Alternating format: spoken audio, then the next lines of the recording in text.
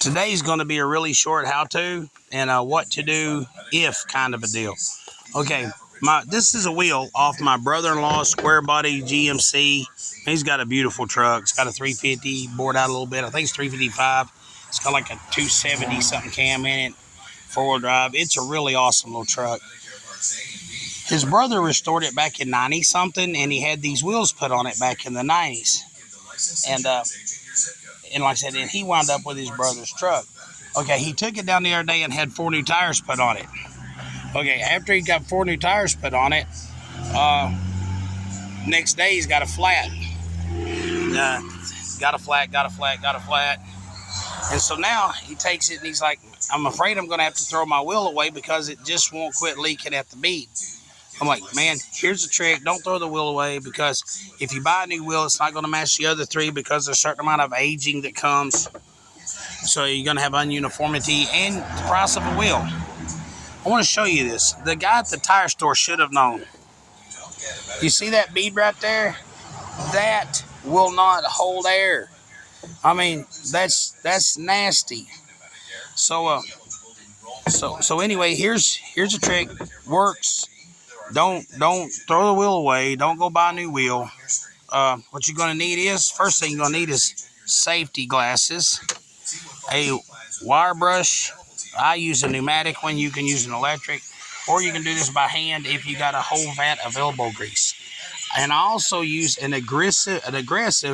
This is 80 grit DA paper folded. Okay, when you I've already started wire brushing this a little bit, but the wire brush only goes one way. You can't reverse it on the pneumatic, or not on my pneumatic. Let me spin it back around here. So the paint on this lip, see that paint right there? It's hard to get with the wire wheel. I'm going to take this aggressive sandpaper and run around that bead. I'm just going to run on that lip right there. It doesn't take long because I'm on that bead. Do not let your sandpaper fold over here. Do not let your sandpaper wrap around and scratch your wheel. All I'm doing is I'm just sanding that old flaky paint. Because what they do is, when these wheels are manufactured, it's aluminum, so they put a paint on it. It's hard to get paint to stick to aluminum. It really is. So even for the people that manufacture these wheels. But once you get this paint knocked off this lip, and here's another thing about wheels. You want this bead to be clean, but that's not your seal. Your seal is here. If you see it's leaking here, that means it's leaking here. There's coming up here, out from under the tire and up and rolling over. You want this to be smooth as possible. I mean, all of this.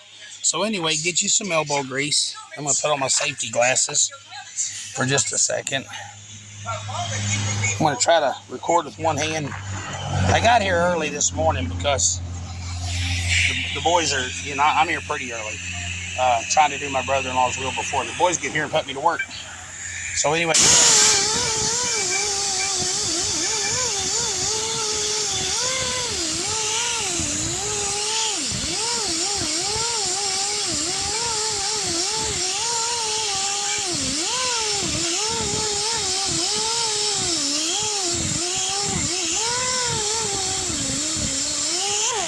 You now see how that's now shiny aluminum.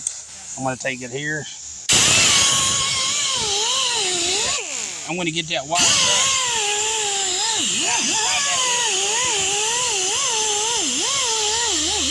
Like I said,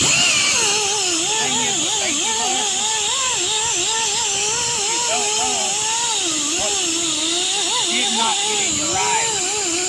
Without safety glasses, you're going to know what got in your eye. Safety glasses is one of those things you don't know. You don't know they're working. But if you're not wearing them, you sure know they weren't. Right, okay, I'm going to take this sandpaper and clean this for a second. Hold on just for a second.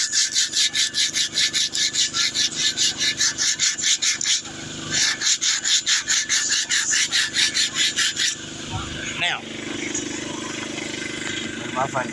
you'll see that lip right there? See how that looks? I've got shiny aluminum compared to this. See the difference? You want it to look like that. Now here's what I do. And a lot of people do different things. What I'm going to do is, I've had wheels that were pitted so bad that I took it to the tire store and had that thick pasty crap put in there. But this isn't going to be that necessary. But I am going to take some automatic transmission fluid and wipe this bead down. The automatic transmission fluid will soften this bead. It'll soften the rubber enough that it'll help it form. This right here, that's going to seal. That's going to have no problems. My brother-in-law is not going to have to buy another wheel. And so anyway, that's your how-to tip for today. That's how to save. That's how to save from having to buy another wheel. And that's how to save from having to buy another wheel. And that's but anyway, when you take and go get tires at a tire store, sometimes you got to ask them, hey, man, can you clean the bead? I mean, it's like asking a waitress to not spit in your food. Yeah, they should already know that. But a lot of these people they're hiring, I stopped by a tire store the other day. And to get a flat fixed. You know, the guy that came out to talk to me was very unimpressive, and I just went somewhere else. So a lot of the people they're hiring do not know basic things. Like, you don't just put a tire on a wheel, you clean the bead. So anyway, that's your tip today. If you go get a tire, if your wheels and tires are leaking, air them up, take a bottle of soap water, spray on it, find where your leak is. You might not have a nail. It might just be leaking at the bead. And if it's leaking at the bead, this procedure is what you got to do, because you got to make it look like that. All right. Anyway, thank you for joining this morning. That's going to be your how-to tip for the day. God bless y'all. Click like, subscribe. Hey, we're up to 508 subs. We want to thank you guys. And yeah, we're going to try to get the little LeBaron together and make it to the No Name Nationals this year. So anyway, so thanks everybody for your support. God bless you and have a good day.